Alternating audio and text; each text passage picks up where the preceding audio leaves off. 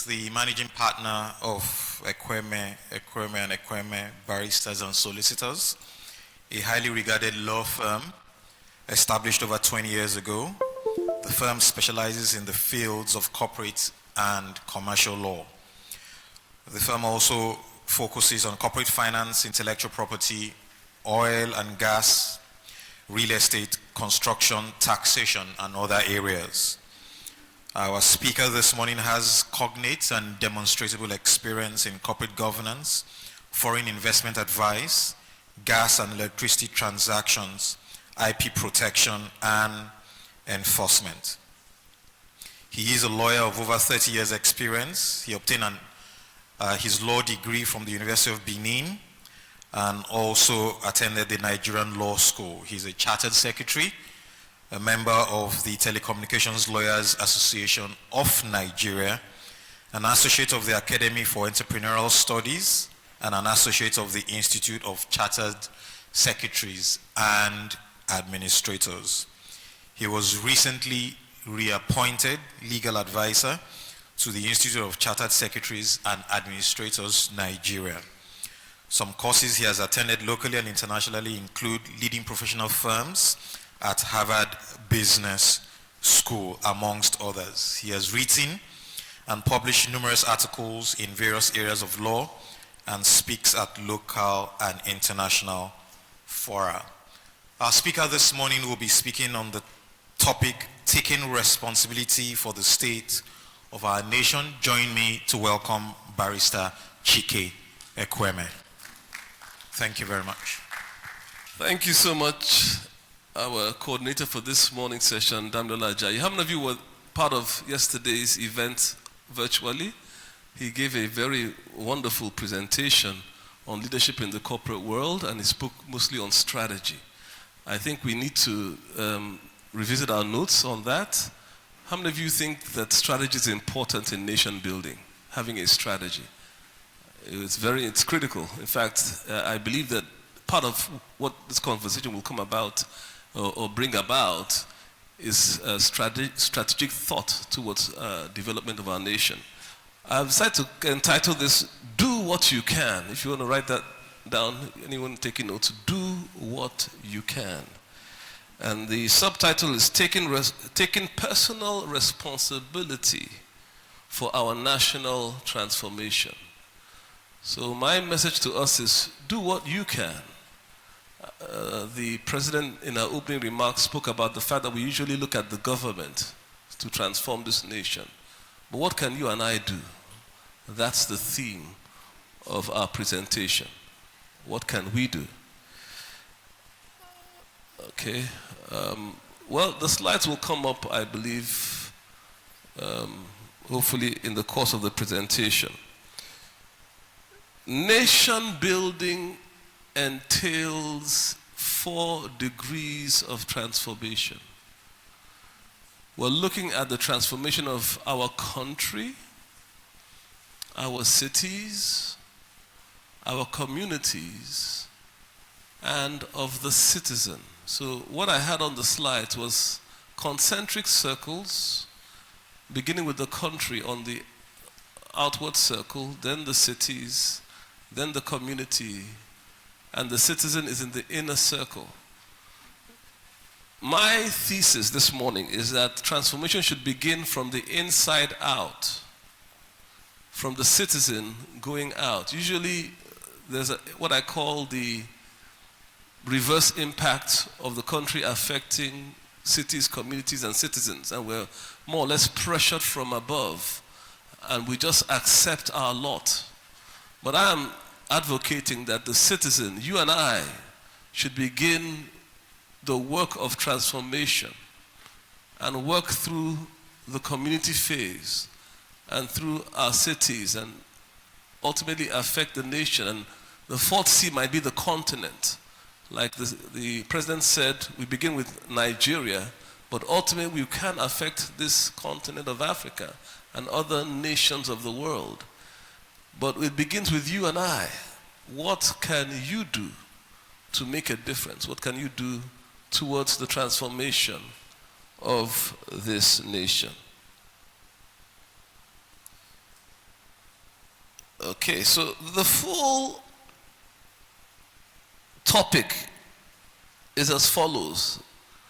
Do what you can with what you have where you are for national transformation. Do what you can with what you have where you are. So that's in a nutshell what taking responsibility for the state of our nation entails. It's doing what you and I can with what we have where we are. And there are three areas of this. First of all, we're looking at your abilities, our individual abilities. Secondly, we're looking at our individual resources. And thirdly, and maybe very importantly, your positioning. So do what you can with what you have where you are. It's talking about your abilities, your resources, and your positioning. Where are you? And these three are very important. So the first question we're going to ask and answer, or try to answer, is what can you do? What are you capable of doing? So ask yourself, what are my abilities? Assess your abilities. Let me ask, who has ever heard the phrase, know thyself? Ever heard that phrase before? Okay. Damilola Ajayi said he's heard it. Anybody else? Know thyself. I think I saw another hand. What's the origin? Who knows the origin of that phrase? It's a very ancient statement. It's said to have come from Greek philosophy. Some others have said that it's as old as the ancient Egyptian empire, that the idea to self-examine. And, this is leadership development. This season is a season of leadership development. And the president in another forum asked essentially, who is the most difficult person to lead? What's the answer? You. Correct. You are the most difficult person to lead. So if you are looking at transforming this nation, begin with you. Begin by self-assessment, self-appraisal. What can I do? And so I want to add another statement. So the first statement, which is ancient, says, know thyself.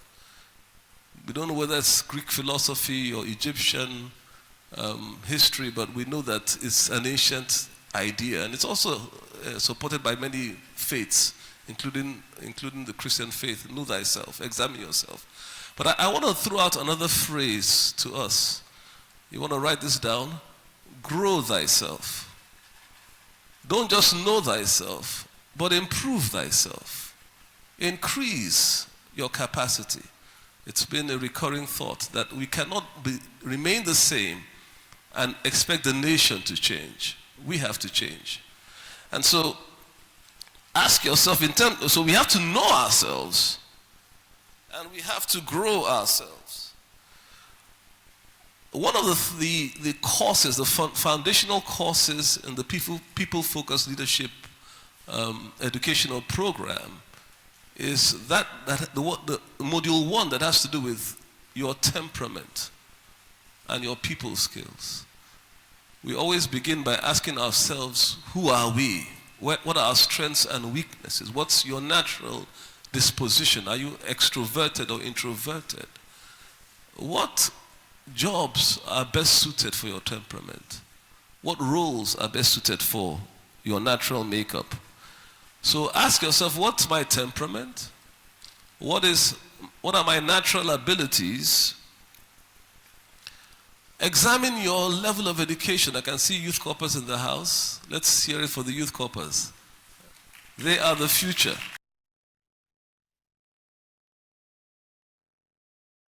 Abilities or educational level of education, your experience, which is something else. You might be educated, but what's your past experience? And then, lastly, I want to talk about something that the second speaker yesterday, Dr. Kenny Akins, emphasized, which is your values.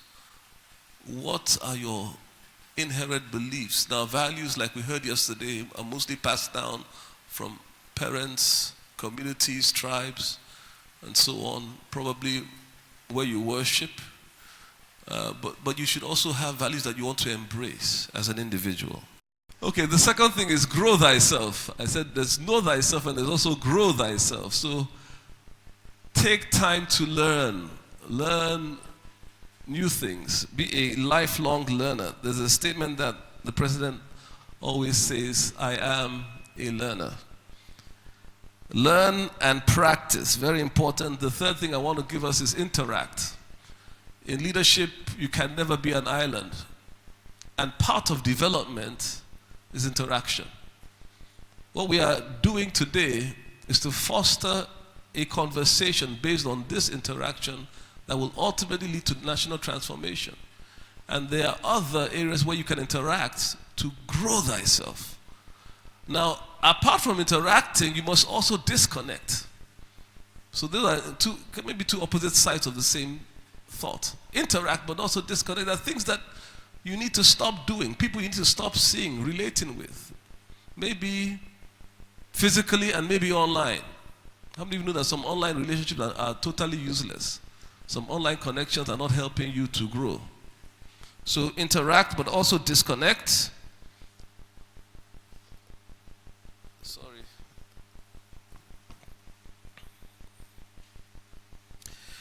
And finally, review. Take time to take stock. The fifth thing I want to say is get involved.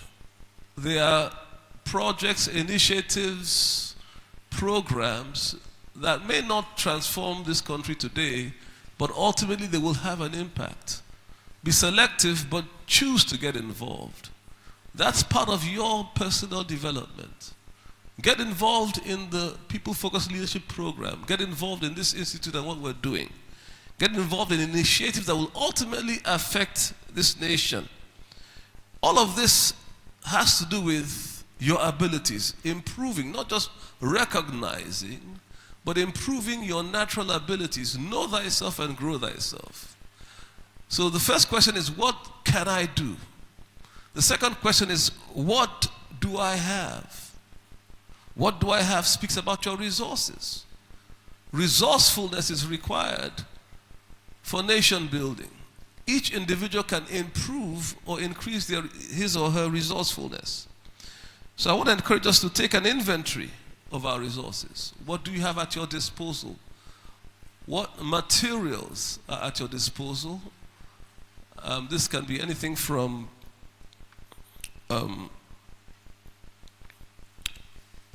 human resource,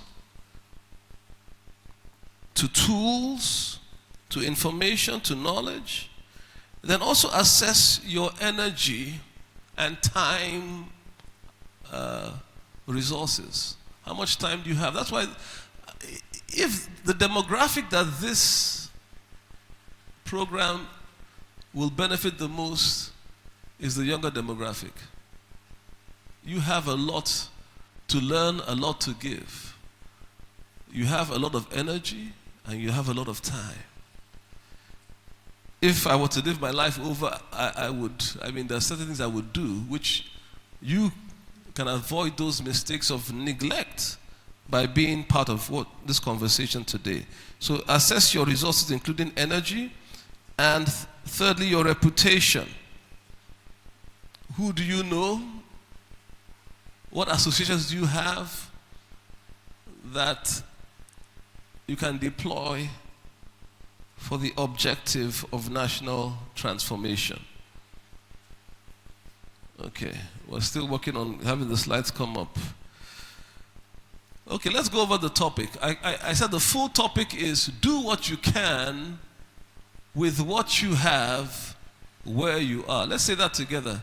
Do what you can with what you have where you are. I think you should say that to somebody. Tell that person next to you, do what you can with what you have where you are. Now tell that to yourself. Tell yourself, do what you can with what you have where you are. So we said that the three areas we're looking at are your abilities, your resources, and what? Who remembers? Your positioning. So I want to ask the third question, and this is very important. Where are you? Where are you? In other words, what is your positioning? There's a thought that leadership is not positional. I want to kind of talk about why that is a popular saying. It's because people believe that because they have the position, they are the leader. Most people believe that because you have a position, you are what? The leader. Now, the proper way to think about it is be the leader first. That's why we begin with what can you do? What are your resources? What do you have at your disposal? Take an assessment and improve those elements. But it's not to say that position is not important. Are we still following? Because you can, assuming you have such capabilities, such resourcefulness, but you are not aware you can make a difference, then you won't be effective. Do we understand the concept now? So assess yourself, but realize that you might have to change where you are to make an impact. I asked the question, and what I'll do is I'll make these slides available to the participants. If you've registered, your details are there. You get it by email. I asked the question, who sees you? Ask yourself that question. Who sees me? Who knows where I am? Who knows what I'm doing? Who knows what I'm capable of? It depends on where you are.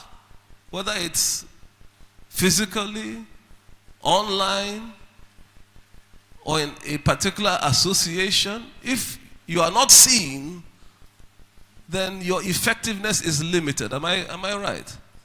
If you're not thinking about just yourself and your family, if you're thinking about maybe impacting society or the nation, then who sees you is a valid question. Am I right?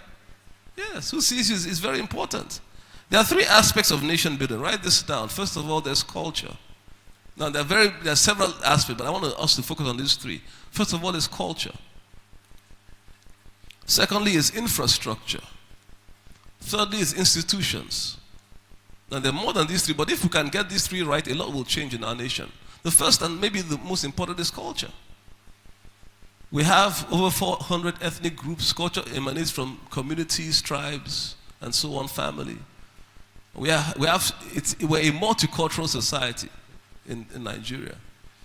But there's also what you might call a national culture. How many of you agree with me? Yes, there's a national culture. Unfortunately, a lot of the aspects of our national culture are negative. There's a national culture of entitlement. How many of you agree with that? That you can get something for nothing. You don't have to work. You just need to know somebody in power and your lot is better. It's a wrong culture. So one of the things that we want to do if we want to build this nation or transform this nation is impact the culture.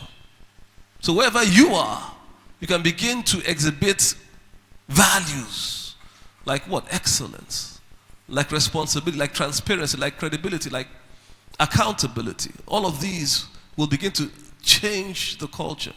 You can do that in your workplace. You can do that in your family, in your community. So culture is important. Secondly, infrastructure. This is what people see. How many of you realized that some days ago the national grid collapsed, failed? Do you hear about that? Yes. This is an infrastructural issue. The roads on which we drive, you feel it immediately. If you go to a country called Singapore, the first thing you notice is the awesome, amazing infrastructure from the airport. Now, a former president of America called John F. Kennedy said this: America's roads are not good because they are great, but America is great because it built good roads. Think about that. So your infrastructure is an immediate message about the greatness of your nation. Whether there's potable water, whether we have hospitals, schools, things like that. And that's a huge undertaking to begin to affect that. It will require government partnering with the private sector.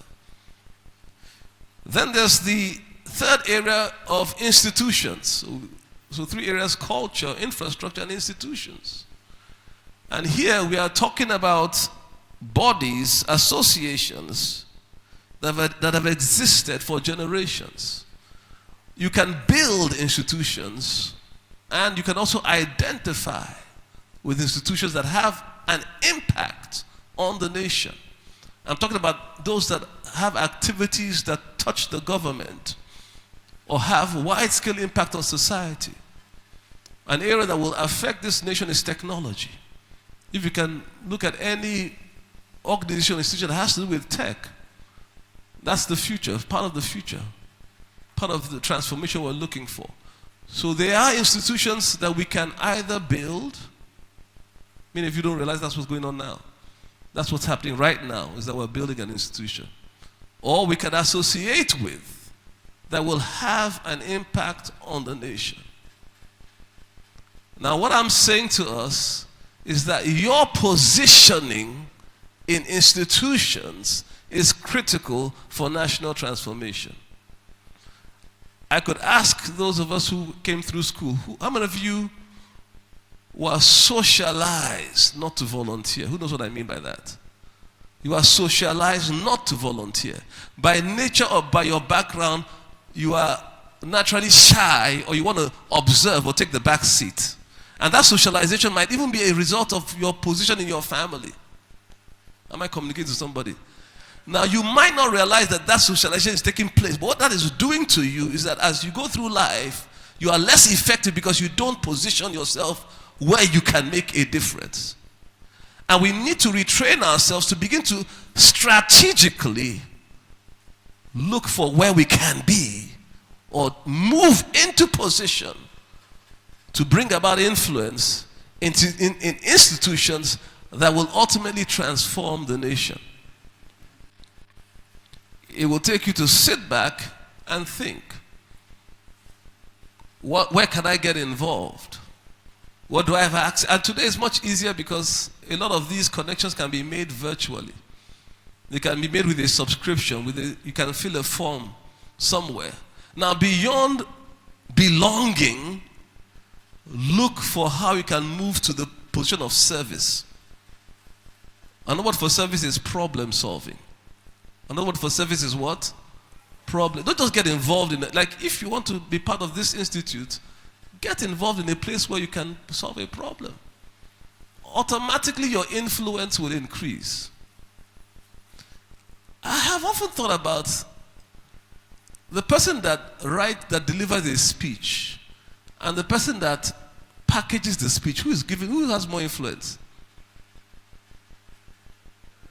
The writer. Thank you. The writer. Because the thought that person has a position, but you have positioned yourself such that you can influence what he says to an audience that you might never be able to access.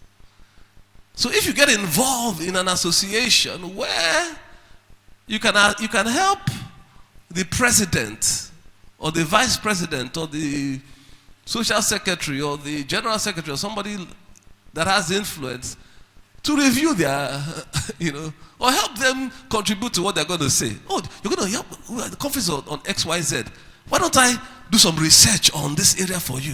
And the person is so happy because their head is already full of things to do. And then it's your thoughts that will filter out to the audience. And if your thoughts are built on the right values, the right information, you've assessed yourself properly, you know what you have to contribute, you are having influence. So when we speak about position not being the issue, I think you don't need to be seen to be effective. That's the point. But you need to be in the right position. You have to be where you can have influence. Are we still following? I might not take all the accolades, but it's important that I am making an impact. That's real leadership. It's the influence that you're having. And so, like the president said yesterday, we have a government, and possibly this same government or administration might be in power for the next 8 years. And we have people on both sides of the political divide. Those that said that, this is right. Those that feel that it should have been another way. The issue is not really about the government, but what can you do? What can you and I do? Is there a way, if, for instance, there's going to be a hearing by the National Assembly on a subject like a poverty alleviation program, and they ask for memoranda. Who has ever seen those things in the newspapers? Memoranda from the public or from different organizations. Most of us just turn a blind eye and say, well, it doesn't matter. But you should get involved. This nation-building business is not just for one government administration, not just for the next 8 years. All of us must be involved. What can you do? Do what you can. Send a thought. There's one about the student loan bill. I didn't even know it was already an act. I thought it was still a bill. I was about to start writing. Now they've already passed the act. That means I missed that. And I know that there are a lot of booby traps in student loans. If you know how they work in the United States and other places, there are things to avoid. I'm not saying I wouldn't condemn it, but there are things that one needs to avoid in that type of policy. So there are things we can do if we improve ourselves. Improve yourself. Increase your resourcefulness. And change your positioning. We need more people in positions that can have influence on the national direction. It might be a little turn here, a little twist there. Gradually, the more of us that get involved, the better we would be positioned to have the effect we're looking for in this nation. So I want to begin to wrap up by a few quotes that says, the first one says that there is nothing immodest about desiring a position of influence. There is nothing immodest about desiring a position of influence. You want to be where you can make a difference.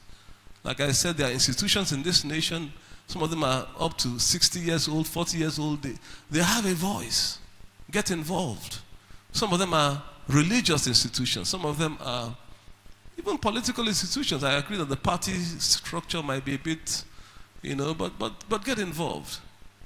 There are social institutions. There are educational institutions. So, what are some next steps? First of all, we've said you should engage in some inward analysis. I call it comparative analysis. Now, there's a difference between competitive analysis and comparative analysis. What is competitive analysis? Anybody? Competitive, very simple. Okay, I thought the hand was coming up. Competitive analysis is obviously comparing, is looking at your performance against someone else's performance. Am I right?